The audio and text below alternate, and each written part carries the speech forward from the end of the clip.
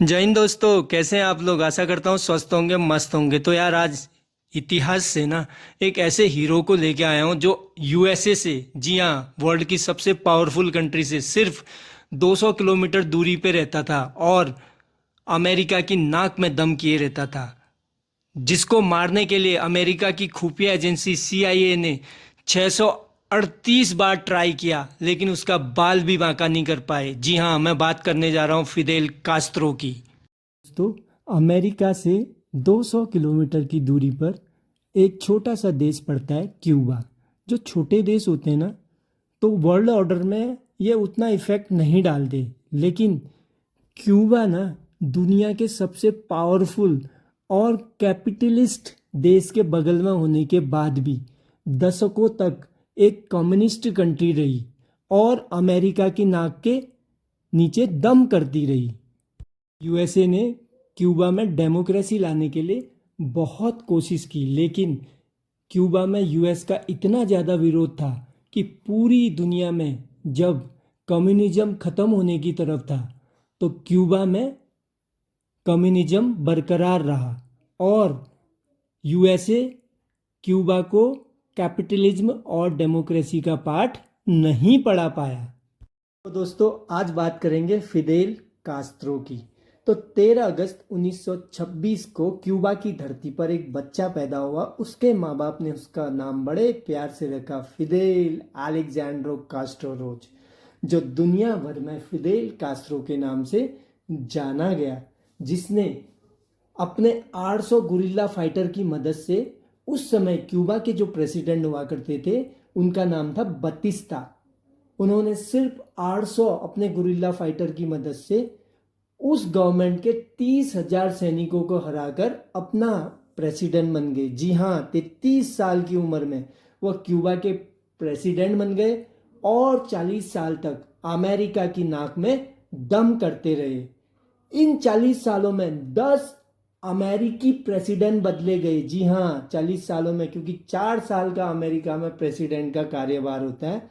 और जितने भी प्रेसिडेंट यूएसए में आए, उन्होंने सीआईए की मदद से फिदेल कास्ट्रो को 638 बार मारने की कोशिश की, लेकिन तो दोस्तों, फिदेल कास्त्रो का जन्म जो है एक गन्ना किसान के घर होता है। उसके पापा मैक्सिको से क्यूबा में बसे हुए थे। फिदेल पढ़ाई में तो बहुत अच्छे नहीं थे, पर वो अपनी एक अलग पहचान बनाना चाहते थे। फिदेल जब बड़े हो रहे थे तो उन्होंने देखा कि गरीबों पर सत्ता की मनमानी का दौर चल रहा है, और सत्ता की चाबी किसके पास थी दोस्तों? प्रेसिडेंट तो क्यूबा का होता था, लेकिन सत्ता की चाबी होती थी अमेरिका के पास। इसका एक रीज़न है दोस्तों, क्यूबा जो है 1898 तक जो है स्पेन का कॉलोनियल कंट्रोल में था।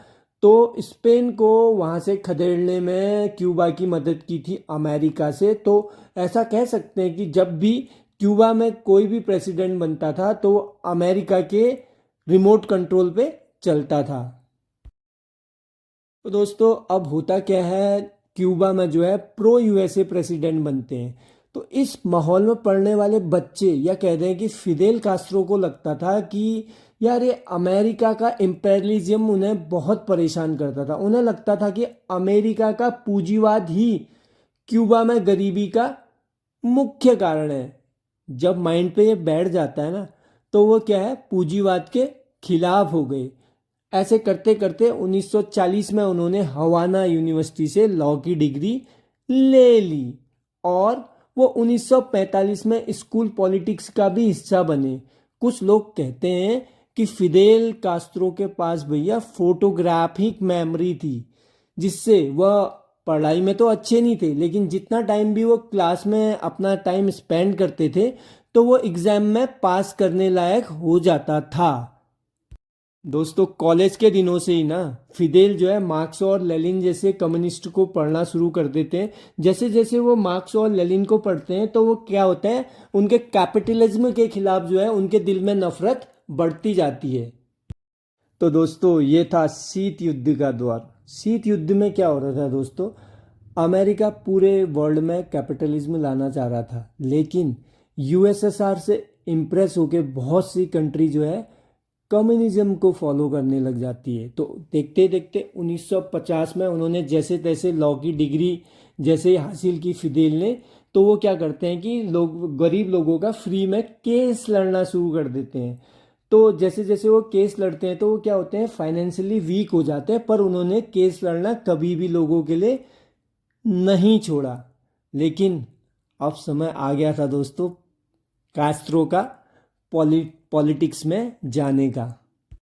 इसी बीच दोस्तों क्या होता है, क्यूबा में जनरल इलेक्शन होते हैं। वहाँ पे दो मेन पार्टी थी और उनके लीडर थे कार्लोस और जनरल बतिस्ता। दोनों के बीच इलेक्शन में फाइट होती है और जनरल बतिस्ता जो है वहाँ के प्रेसिडेंट बन जाते हैं। जैसे ही क्यूबा के प्रेसिडेंट जनरल बतिस्ता बनते हैं तो उन्होंने डिसिप्लिन और डेमोक्रेसी का शासन लाने के लिए वहाँ तानाशाही शुरू कर दी। कैस्ट्रो ने दोस्तों इसके खिलाफ लीगल लड़ाई लड़ी, लेकिन वो जो है लीगल लड़ाई में हार गए। तो दोस्तों अब क्या होता है ना, सत्ता की चाबी सबको चाहिए होती है। जब कैस्ट्रो को कहीं से भी जो है सफलता नहीं मिली तो उन्होंने एक रास्ता अपनाया, वो क्या था, रिवॉल्यूशन का। जी हाँ, उन्होंने क्यूबन रिवॉल्यूशन की शुरुआत कर दी थी।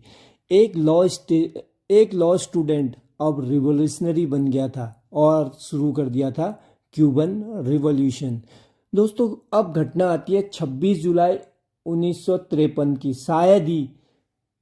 तो फिदेल और उसके साथियों ने दोस्तों सैनिगो डे और मोनकाडा बैरक्स पर हमला कर दिया, जिसका मकसद था बतिस्ता की तानाशाही सरकार का विरोध करना और बैरक्स से हथियार लूट के भागना और क्रांति की ज्वाला जलाना। लेकिन यह हमला सफल नहीं हो पाया दोस्तों। उसमें कास्त्रो ने दोस्तों बतिस्ता के 70 लोगों को मार डाला था और कास्त्रो पर क्या हो जाता है, मुकदमा शुरू हो जाता है।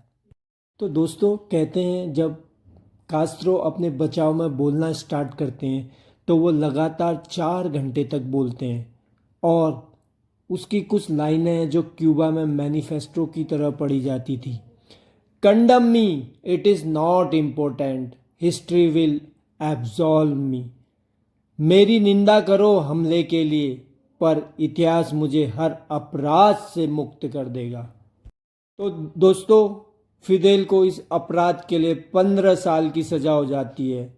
पर 1954 आता है जब प्रेसिडेंट बतिस्ता को लगता है कि उसका कोई भी विरोधी उसका बाल बाका नहीं कर सकता, तो उसने फिदेल को रिहा कर दिया। दोस्तों यही से बतिस्ता का अंत शुरू हो जाता है और यही उसकी सबसे राजनीतिक भूल होती है। तो दोस्तों अब फिदेल जब क्यूबा की जेल से रिहा होते हैं तो वो जो है क्यूबा में नहीं रुकते हैं और मैक्सिको की तरफ चले जाते हैं। देखो दोस्तों, अगर हमें क्रांति करनी होती है ना, क्रांति करने के लिए हम अकेले कुछ भी नहीं कर सकते। तो हमें क्या चाहिए होती है, भीड़ तंत्र चाहिए होता है। भीड़ तंत्र क्या होती है, अपने लोगों को इकट्ठा करना पड़ता है और लोगों को इन्फ्लुएंस करना पड़ता है। तो मैक्सिको में रहकर फिदेल कास्त्रो ने जो क्यूबा के लोग थे वहाँ पर उनको इन्फ्लुएंस करना शुरू कर दिया और अपनी गुरिल्ला वो सेना जो है वहाँ तैयार करने शुरू कर दी। तो वहीं पर उनके एक रिवोल्यूशनरी लीडर से मुलाकात होती है जिनका नाम होता है सी गवेरो। दोस्तों कभी इस पे वीडियो बनाऊंगा, क्या हीरो है सी गवेरो, उस पे कभी वीडियो बनाऊंगा तो आपको पता चलेगा कि सी गवेरो कौन है करके। तो सी गवेरो और फिदेल कास्त्रो जो है बतिस्ता की तानाशाही के खिलाफ अब फौज खड़ी करते हैं। वो इधर उधर से फंड जुटाना शुरू करते हैं, वेपन लेना शुरू करते हैं और फाइनली दिसंबर 1956 को अपने 80 साथियों को एक बोट में लेकर मैक्सिको से क्यूबा की तरफ रवाना हो जाते हैं। जैसे ही उनकी बोट जो है क्यूबा की धरती पर पहुंचती है दोस्तों, बतिस्ता की आर्मी जो है उन्हें चारों तरफ से घेर लेती है और फिदेल कास्त्रो और सी गवेरो के 60 आदमियों को 60 आदमियों को मार देती है। इस हमले में जो है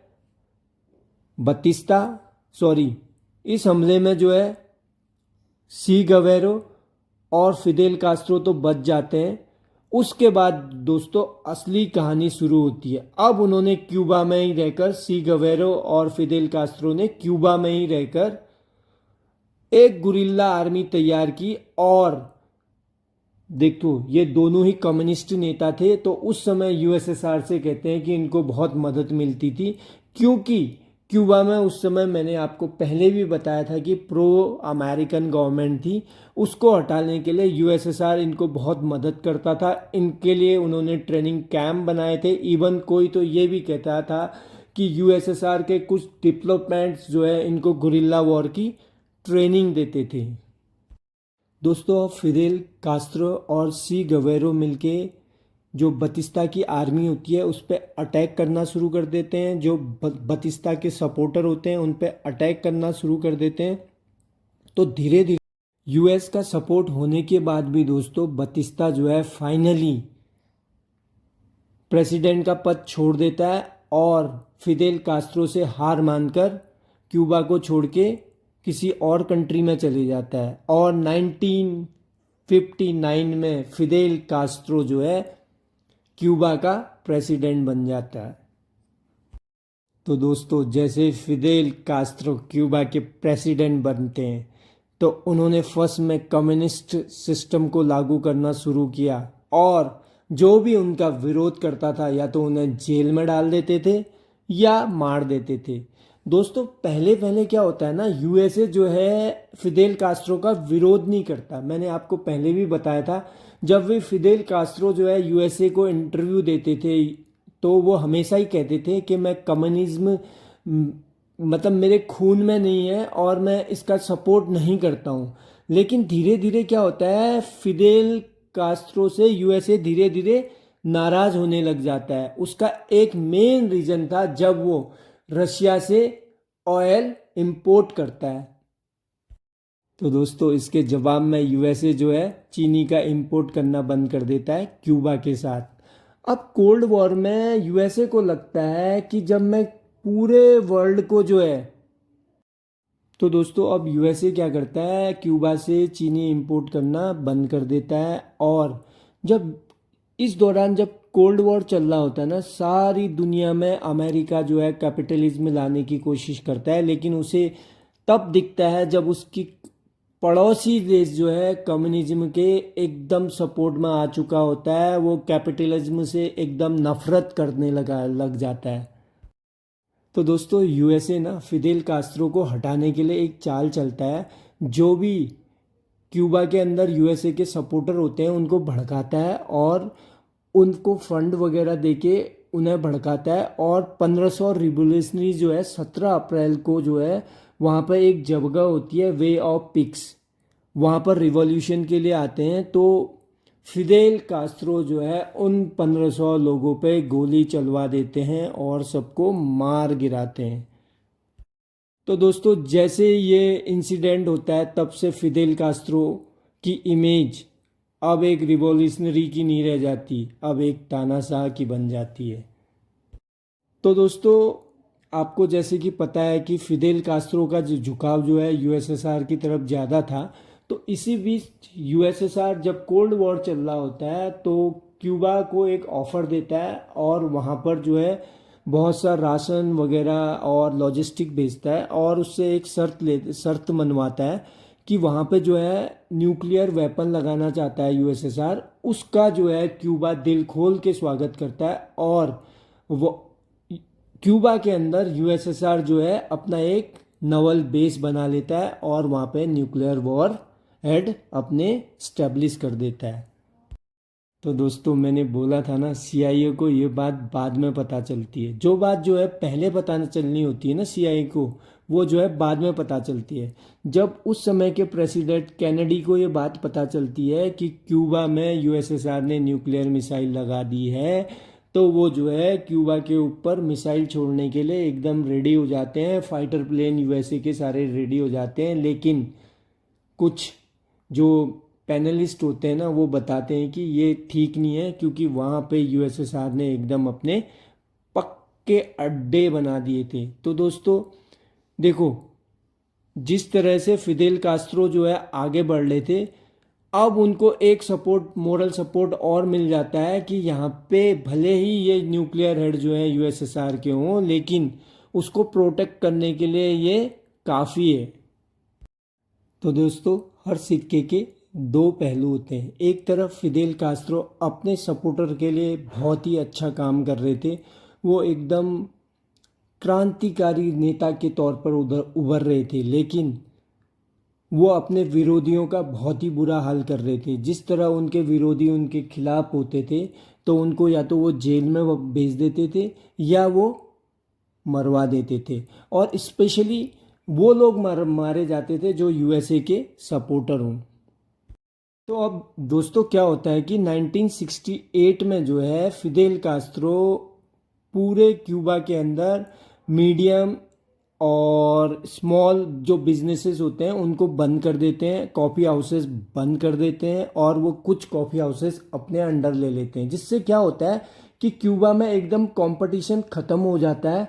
क्योंकि अगर देखो, मार्केट में अगर हेल्दी कंपटीशन रहेगा ना कि मैं इससे अच्छा बना सकता हूँ, मैं इससे अच्छा बना सकता हूँ, तो वो देश हमेशा ही प्रोग्रेस करता है। लेकिन अगर गवर्नमेंट ये सारी चीज़ें बंद करते तो क्या होता है, उसका नुकसान क्या होता है, भुखमरी होती है, आर्थिक मंदी होती है, लोगों को रोजगार नहीं मिलता है। तो सेम प्रॉब्लम अब क्यूबा फेस कर रहा था। ये प्रॉब्लम तो साथ में चल रही थी। साथ ही एक कानून बनाया था उन्होंने, यूएमएपी करके। तो उसमें क्या हो रहा था, जो कम्युनिज्म के खिलाफ थे, जो होमोसेक्सुअल लोग थे, और जो कम्युनिस्ट के खिलाफ थे और कम्युनिस्ट आइडियोलॉजी को फॉलो नहीं करते थे, तो उनको क्या करते थे, एक कैंप बनाया था, उस कैंप के अंदर बंद कर देते थे। ऐसा भी हुआ है कि उस कैंप के अंदर लोग जो है, जो 7 साल 10 साल भी उन कैंप्स के अंदर रहे, वो लोग प्रो यूएस हुआ करते थे। तो दोस्तों, धीरे धीरे जो है फिदेल कास्त्रो ने क्यूबा का कॉन्स्टिट्यूशन भी बदल दिया, और क्यूबा का पूरा कॉन्स्टिट्यूशन क्या हो गया, एकदम कम्युनिस्ट कॉन्स्टिट्यूशन बन गया। देखो दोस्तों, इतिहास में अगर कोई हीरो जो है बड़ा बन जाता है ना, तो वो कोई ना कोई गलती करता है। 1980 में क्या होता है, फिदेल कास्त्रो ने अपने हजारों सैनिकों को अंगोला वॉर में भेज दिया, जिसकी फिदेल कास्त्रो को इतनी ज़्यादा भी नॉलेज नहीं थी, और उन्होंने इतना माइंडसेट भी नहीं किया कि मैं अंगोला अपने सैनिकों को मरवाने के लिए क्यों भेजूं। बस ऐसा कहा जाता था कि फिदेल कास्त्रो यूएसएसआर की एक कठपुतली बन के रह गए थे। उस अंगोला वॉर में जो है क्यूबा के बहुत सारे सैनिक मारे जाते हैं, जिससे जो क्यूबा में फिदेल कास्त्रो के सपोर्टर भी थे ना, उनके बच्चे अगर अंगोला जैसे देश में जाके मरने लगे, तो क्या होता है कि लोग जो है अपने नेता के खिलाफ होना शुरू हो जाते हैं। तो दोस्तों, जैसे मैंने बोला कि सीआईए ने ना फिदेल कास्त्रो को मारने के लिए बहुत कोशिशें की, इतनी कोशिशें की, देखो वो 40 साल तक प्रेसिडेंट और कुछ टाइम प्राइम मिनिस्टर रहे। यूएसए ने, उनकी सीआईए एजेंसी ने उनके सिगार पे, उनके कभी खाने में जहर दे दिया, कभी सिगार में जहर दे दिया, कभी स्विमिंग पूल में मारने की कोशिश की, लेकिन फिदेल कास्त्रो की इंटेलिजेंस कहते हैं कि इतनी ज़बरदस्त थी कि कभी भी उनका बाल बाका नहीं कर पाया। और यूएसए हमेशा यही सोचता रह गया, जैसे हमारा है ना भारत और पाकिस्तान का, पाकिस्तान जो है कुछ ना कुछ हरकत। तो दोस्तों, अब आता है 1991, जब जो है ना यूएसएसआर का विघटन हो जाता है और क्यूबा को आर्थिक सपोर्ट मिलना बंद हो जाता है। जैसे ही क्यूबा को आर्थिक सपोर्ट यूएसएसआर से मिलना बंद होता है, तो क्या आती है, वहाँ पे भुखमरी आ जाती है, वहाँ पे नौकरियाँ नहीं रह जाती, जो औरतें जो है अब सेक्स से जो है पैसा कमाना शुरू कर देती हैं, और वहाँ पे ड्रग्स का बहुत बड़ा जाल फैल जाता है। तो अब जो है फिदेल कास्त्रो के हाथ से क्यूबा निकल रहा था, लेकिन क्यूबन जो लोग थे, फिदेल कास्त्रो के सपोर्टर थे, वो हमेशा ही यह चाहते थे कि कास्त्रो ही हमारा प्रेसिडेंट या प्राइम मिनिस्टर बना रहे। तो दोस्तों, हुआ भी ऐसा ही। कास्त्रो की क्यूबा में इतनी ज़्यादा पकड़ थी, इतनी ज़्यादा पकड़ थी कि मरते दम तक जो है यूएसए उनका कुछ भी नहीं बिगाड़ पाया। लेकिन जब क्यूबा में आर्थिक मंदी आई, लोग भूखे मरने लग गए, तो फाइनली फिदेल कास्त्रो ने क्या किया, क्यूबा में यूएसए का डॉलर लागू कर दिया और फिर जो है सत्ता धीरे धीरे धीरे धीरे अपने भाई के हाथों में सौंप कर वो जो है 91 की एज में इस दुनिया से चले गए। लेकिन दोस्तों उन्होंने एक बहुत अच्छा काम किया जिसके लिए मैं उन्हें हमेशा ही अप्रिसिएट करता हूँ। जैसे हमारे देश में होता है तो किसी भी नेता के नाम पे बड़ी बड़ी बिल्डिंगें, शहर का नाम, इमारतों के नाम, किसी स्कीम के नाम रख देते हैं।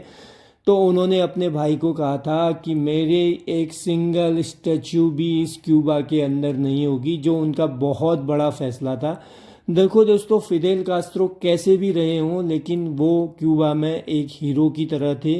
मैं इस आइडियोलॉजी को फॉलो नहीं करता जो फिदेल कास्त्रो करते थे, लेकिन मुझे लगता है कि फिदेल कास्त्रो जैसा हीरो जो है हर देश में होना चाहिए, लेकिन अच्छी पॉलिसी के साथ। तो मिलते हैं नेक्स्ट वीडियो में, तब तक के लिए जय हिंद।